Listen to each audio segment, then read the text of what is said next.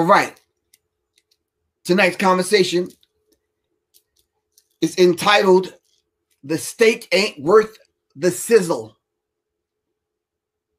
The steak ain't worth the sizzle. All right. Before we get into that, shout out to all of them brothers and sisters that attended the Return of the Gods this weekend. Give thanks. Shout out to all those individuals that was responsible for putting it on. Shout out to all of those brothers and sisters that stepped up to the plate and represented, all right, by holding on to the mic firmly and doing what MCs should do. Thanks to all those that honored us, and thanks to all those that were honored. Queen Afua, Tassili, some other people, along with myself. Raku, I think. Who else? I think just us four. All right. So, let me set this up. All right. Did you put the children away? Oh, thank you very much, Mac. So Mac know exactly what I'm talking about. Okay, help me out, Mac. M-A-C-C. Talk to me. Did anybody see D.L. Hughley's interview with Vlad TV?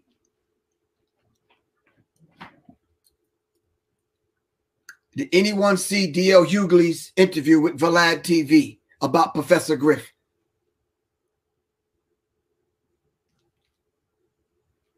Okay, so you did.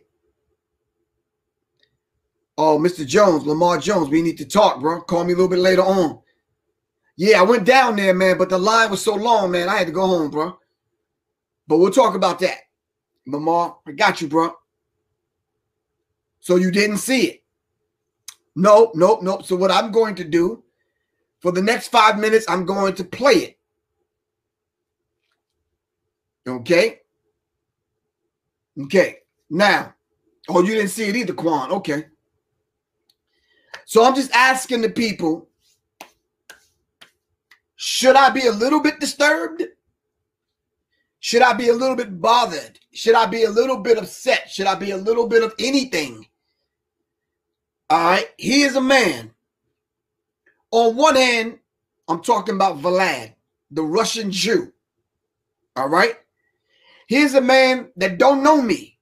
Here's a man that reached out through 3 other people just to get a hold of me, just for me to be on Vlad TV.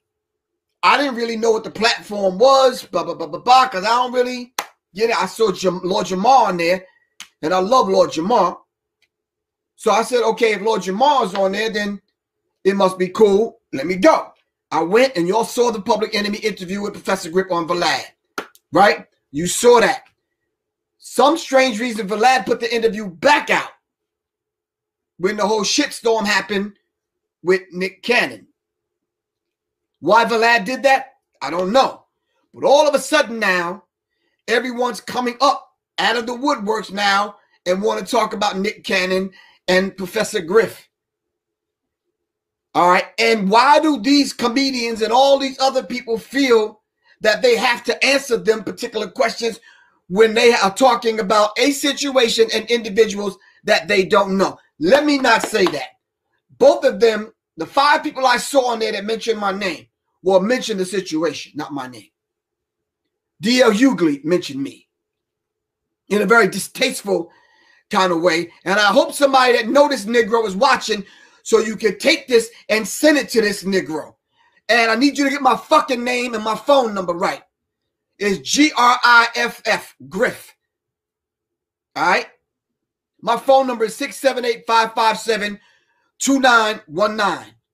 Once again, 678-557-2919.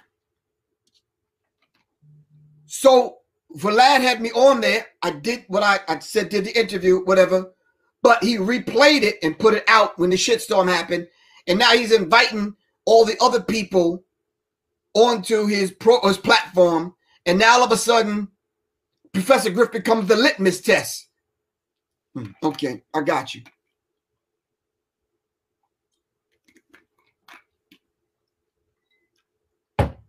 Down low, Hughley, D.L. Hughley decides to go on there and run his fucking mouth about somebody, myself, who he don't know,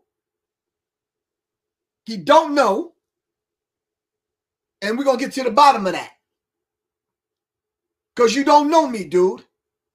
Let's get that clear. Let's get that straight. All right? You don't know me. Don't pretend like you know me. Because you don't. All right?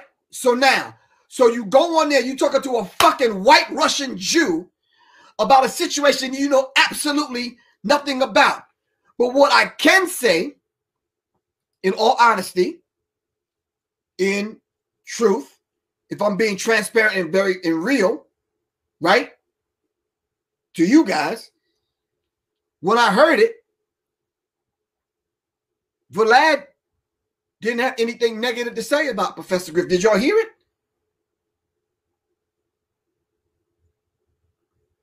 Vlad didn't have anything negative to say. As a matter of fact, Vlad said, I talked to Professor Griff and I asked Professor Griff about the Jewish situation, about being anti-Semitic and all this kind of stuff. And Vlad he started to talk about the conversation that we had. All right. So it was like Vlad didn't have anything negative to say. But when now D.L. Hughley started running his fucking mouth, all of a sudden there's a certain kind of energy that shifted and changed during the course of the conversation. But I don't want to run my mouth. I want you to hear it for yourself, and then you tell me. Don't be sending me no crazy, stupid-ass messages like we should do this and we should do that. Shut the fuck up unless you're going to do it. Plain and simple.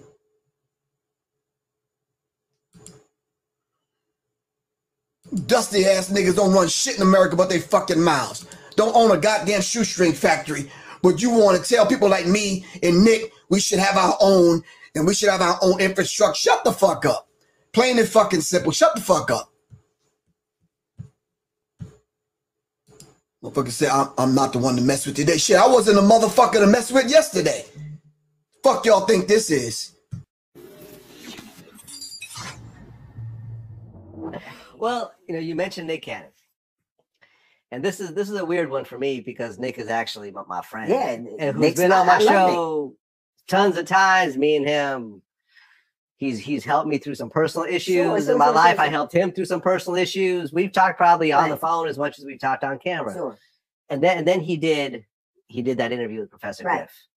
And me and him haven't talked. We were supposed to talk that day, and we couldn't connect. He's too busy at synagogue to talk to you right now. Too busy at synagogue. So I'm not really gonna say my feelings about him because me and him haven't talked yet. Sure. But when you first saw that interview, what did you think? When I first saw the interview, I was like, what the fuck is he doing talking to Professor Griff? That interview could have never gone any other way than it did. Family, let's just say this, family, let's just say this in all fairness. I'm gonna let the 5 minutes play out and then we're gonna go back. Is that cool with everyone? Okay, because that statement right there, that's enough to make you want to go see a motherfucker. For real, but anyway, I'm not gonna be an emotional, sensitive dude. You understand what I'm saying? We gonna talk though. All right, we gonna talk. And the fact that you didn't understand that was, if you get kicked out of Public Enemy because you're anti-Semitic, too extreme, probably you shouldn't do it. Right. I've interviewed Professor Griff before. Yeah. And I've actually asked him about the anti-Semitic comments. He goes, look, this was part of a bigger interview. This was just a thing. This was my mindset back then. And that would have been, but it wasn't like he didn't really, it was Nick talking more than Griff. Right. Nick was pretty much holding the torch in that conversation. Right. And I didn't understand. Like, if you have somebody like that on, you already know that it's going to have a certain bend to it. So you have to be prepared to challenge some of the things he says. But nothing, there was zero to be gained from it. And Nick really has to understand this. Nick is the host, you know, before America's Got Talent and The Masked Singer. Nick is accepted in the general market. Mm-hmm. He was on CBS radio. You can't get more general market for a black. There are very few black people that can do what he does. You got to decide if that's what you want. You can't be the host of The Masked Singer and these general market shows and then have Professor Griff on and think that audience isn't going to have a reaction. Yeah. Well, I think with Nick, I think he struggles with, his success on the commercial side of things. And he wants it edgy. Versus being remembered as an icon to the Black struggle. Sure. And I get it. But let me tell you something. You can't be general market and then wear a turban looking like the Swami from Big. You can't do that. Right. You can't be general market. That is your bread and butter, literally. Like talk shows, radio shows. Yeah. I think you can't walk around, and I think that I've noticed that some people resent the things they don't have. Yeah. I mean, I feel that Nick wants to be like a Harry Belafonte, someone who had a great deal of commercial success, but also spoke out against the struggle. But it's a line between those two. And listen, he came on Vlad TV and talked a lot of shit. Like he said a lot of edgy things, right? But not quite as edgy as what he did. Well, because look at the person GRIFF. He was talking to. Right, he's talking to me. Yeah, a white Jewish guy. Right. So it didn't look like it was insidious. It looked. Listen, and he put it back out. The interview was a year ago. That interview was a year ago? It was a year ago. It wasn't new. And he put it back out. Right. So people always blame me about the stuff I put out, but Nick put that out himself. Right. On his own YouTube channel, with his own editing, podcast, his own everything. He controlled the whole narrative. He could have said, we don't want this out. He could have not. Of course. And let's be clear. Of course. The only there is no other media outlet where a guy like Professor Griff, and I love Public Enemy, but what other outlet could he be on besides a podcast? Yeah. Professor Griff has his own. That's it. Little following. I'm not going to say little, but he has his own committed following, but it's not a mainstream following. And it ain't worth the steak ain't worth the sizzle, baby. The steak ain't worth the sizzle. The steak ain't worth the sizzle. What the fuck does that mean? That is DL Hughley on Vlad TV.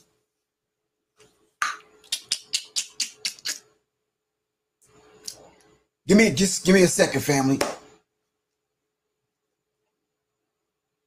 Hadir, you're absolutely incorrect. He's not a Sambo. DL Hughley is not a Sambo. Sambo is actually Sambo, which is the black god. He's not a Sambo. But I know what you mean. All right. Let's talk. The steak ain't worth the sizzle. What are you talking about, bro? Do you mean to say me having a conversation with Nick and Nick doing the vast majority of the talking, and we're talking about issues and situations concerning black people, and we're invoking the spirit in the names of our ancestors that have given us this information and passed this information? What steak ain't worth the sizzle, Mr. DL Hughley? I'm just curious as to what you're talking about. So you mean to tell me because you have all of these other people on your show, Nick Cannon, according to DL Hughley, you have all these other people on your platform, but it's cool to have them talking about whatever the fuck they want to talk about, but don't have Griff on. Because if you have Professor Griff on, wow, it's almost like, woo, it's almost like what, motherfucker? It's almost like what? Like what? So who are you saying that I am, DL Hughley? You must know something that we don't know. Who are you saying that I am then? He says, if you're going to have somebody like him on, somebody like who? You see, it's these old buck dancing ass niggas like DL Hughley, cracker ass, licking ass fucking coons like this Negro that want to snuggle up next to white folks and think he got a cushion and a place with them. DL Hughley, let me tell you something, bro. When them fucking crackers are finished wringing your ass out and going up in your ass, nigga. When they done with you, they're going to be done with you. Plain and simple. So we're going to see how that motherfucking steak tastes after they done with you. Talking about the steak ain't worth the fucking sizzle. What fucking sizzle? That shit is a short run, bro. You up in that space with them crackers. That's a short fucking run. Once you done with your 15 minutes of fame, they done with your ass to the fucking curb, and we will never remember your ugly ass. Because bitch niggas like you don't get rewarded by history. Cooning ass niggas like you don't get rewarded. Disrespectful ass fucker. The steak ain't worth the sizzle. I have a little following.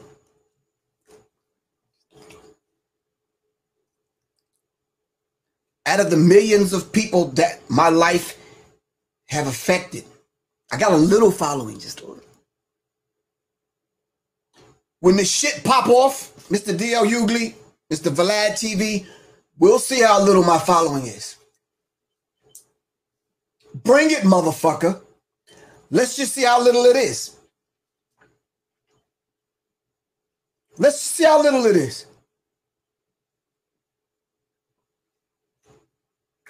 My phone number is 678-557-2919. We'll see how many people stand up like real soldiers. Bring it. Let's see.